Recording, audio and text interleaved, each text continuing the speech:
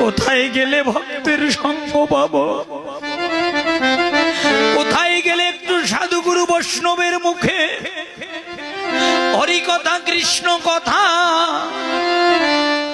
ভাগবত কথা শুনিতে পারিব?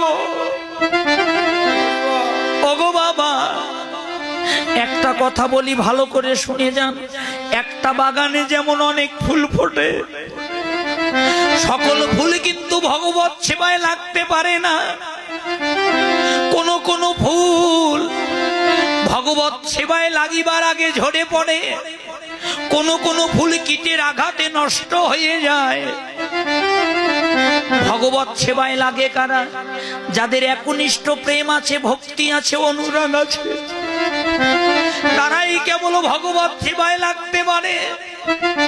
ওগো মা, হয়তো কোন জন্মের সুকৃতির ফলে আজকে আমরা এই সাধু সঙ্গ, ভক্ত সঙ্গ করার অধিকার পেয়েছি বাবা।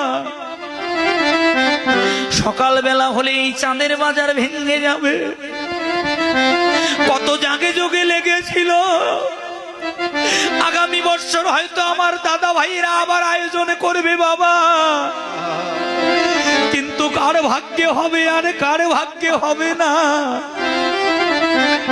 আমরা কে থাকবো কে থাকবো না।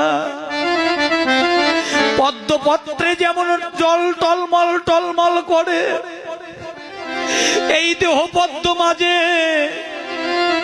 প্রাণবায়ু রূপী ভগবান তেমনি টলমল টলমল করছে বাবা।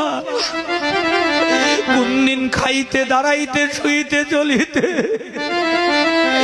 কোথায় কখন কার ডাক আসবে আমরা কেউ বলতে পারবো